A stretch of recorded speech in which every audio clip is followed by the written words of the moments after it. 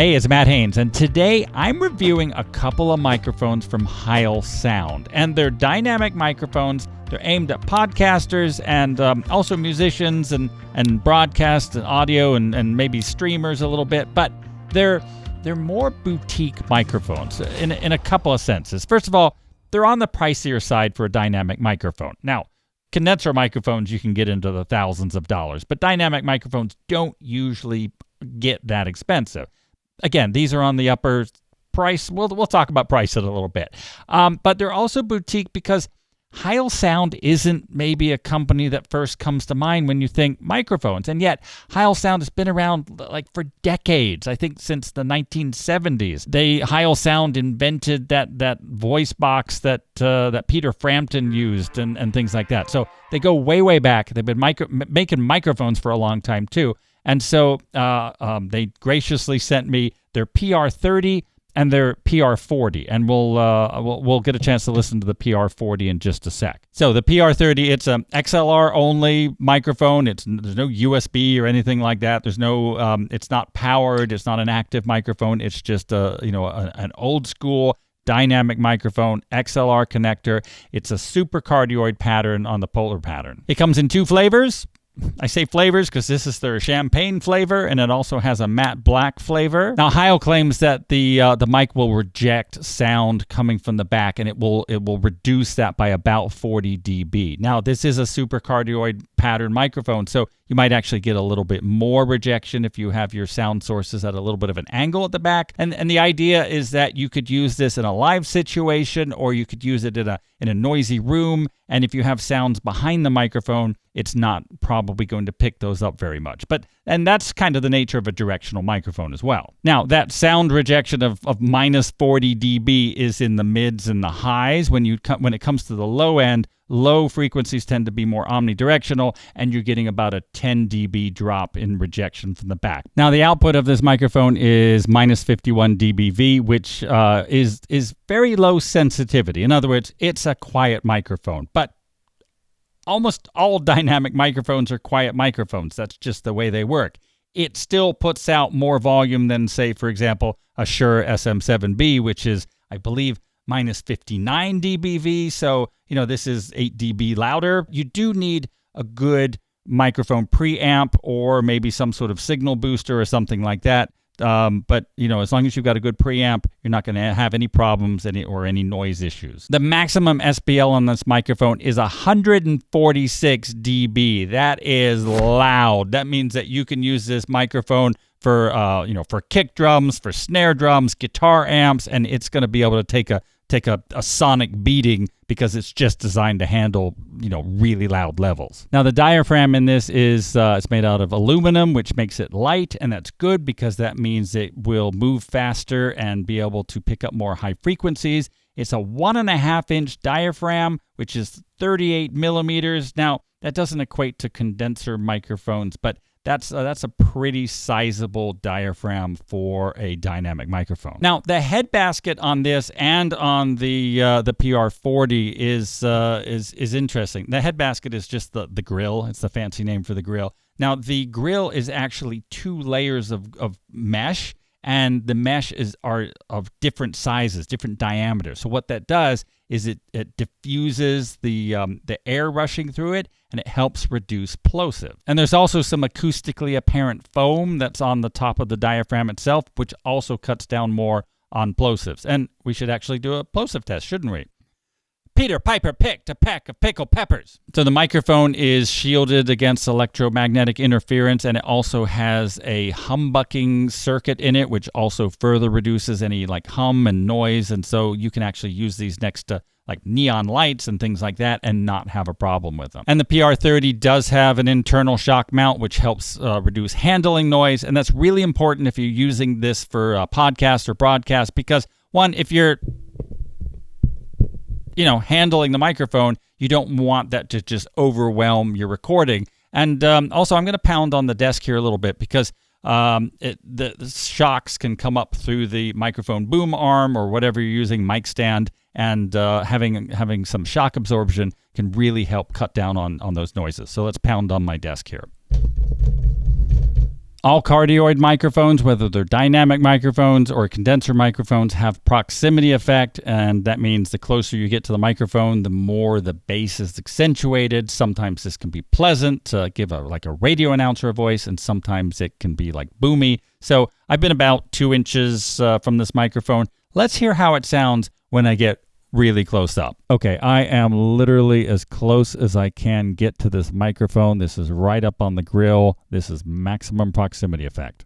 The PR30 goes for about $270, at least at the time I'm making this video. Now, I do have affiliate links in the video notes, so if you want to check current prices, I'd appreciate you using one of those links. Also, the microphone's assembled in the USA. Yay! Now you're listening to the PR40, which is kind of the next level up with these microphones. And again, it is designed for podcasting and broadcasting and also vocals and instrument recording. And this is a cardioid microphone, not a supercardioid. So the maximum sound rejection is directly from the back, 180 degrees, rather than having little lobes off to the side. So it's not quite as directional as a supercardioid, but I don't know that you would necessarily be able to tell the difference. It is larger and heavier than the PR30, and unlike the PR30, which has sort of a taper up towards the top of the head basket, this is a cylinder all the way down. It does come in 4 different colors. It's got black, and it's got this champagne color, which is a slightly different champagne than the PR30. You also have a black with a gold grill option, and if you want to pay a little extra money, you can have a completely chrome shiny one. Like the PR30, this microphone will reject audio from the back to the tune of about minus 40 dB as well.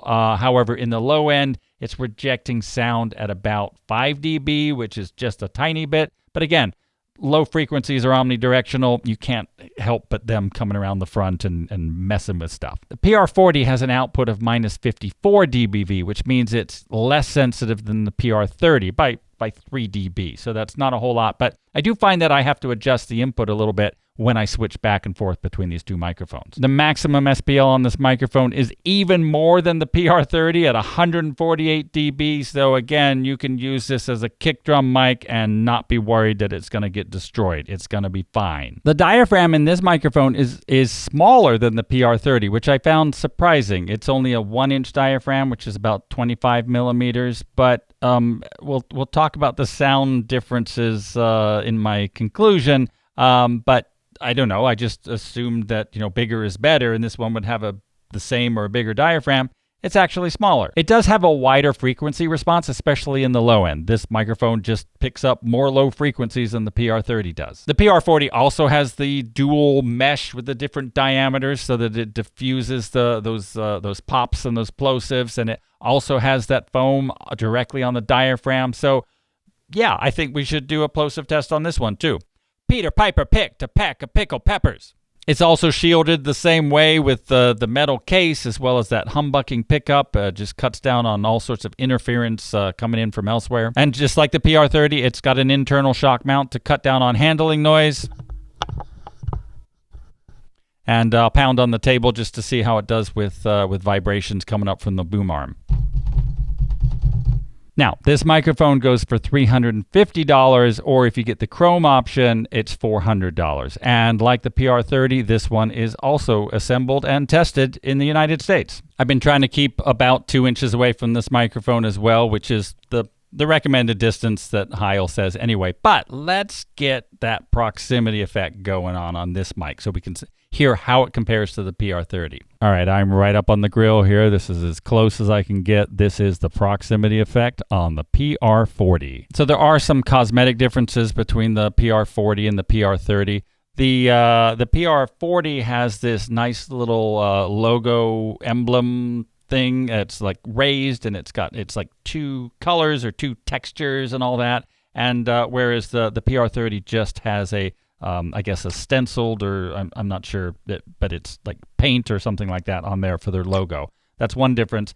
Also, the mesh on the PR30 is the same color as the body, and it's less. It's not that shiny, whereas on the PR40, you've got a much shinier mesh, and it's a slightly different color than the actual body. Again, these are cosmetic things. Now, the PR30, I think, has a little bit of a boosted low end compared to the PR40. Now, this has a wider frequency response, but the low end is more even, more flat than the PR30.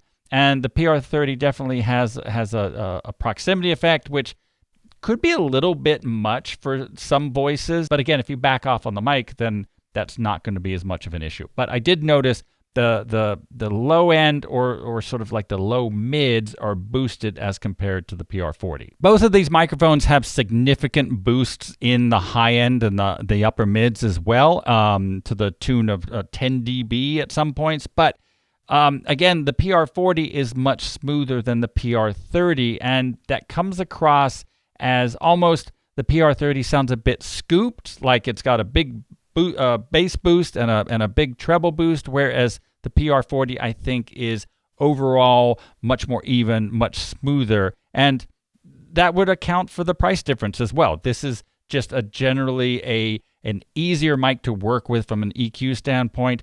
This one sounds good, don't get me wrong, but just there's a subtle difference that you get when you spend a little bit more money. So even though there are differences between these two microphones when it comes to sound, there's a definite emphasis on having a really detailed mid-range. And that's important for voice so that you have clarity and people can understand what you're saying. And it's also useful if you're miking like guitar amps, snare drums, things like that, where you need a really detailed mid-range. Now, there are other dynamic microphones that have switches on them for EQ, or they have, built-in boosters, and they've got USB or whatever. These are very much old school dynamic microphones, no controls, no switches, but what they do bring is a really high quality in terms of sound, but also a high quality in just terms of durability and finish. These things are, I don't know, I wish you were here in the studio with me, because there's a palpable sense of quality that you don't get with a $100 mic. And one other benefit, and this one is always special to me, is that if you have a Heil Sound microphone, you have a microphone that hardly anyone else has had or even heard of, and that makes you look really cool. And I like to look really cool.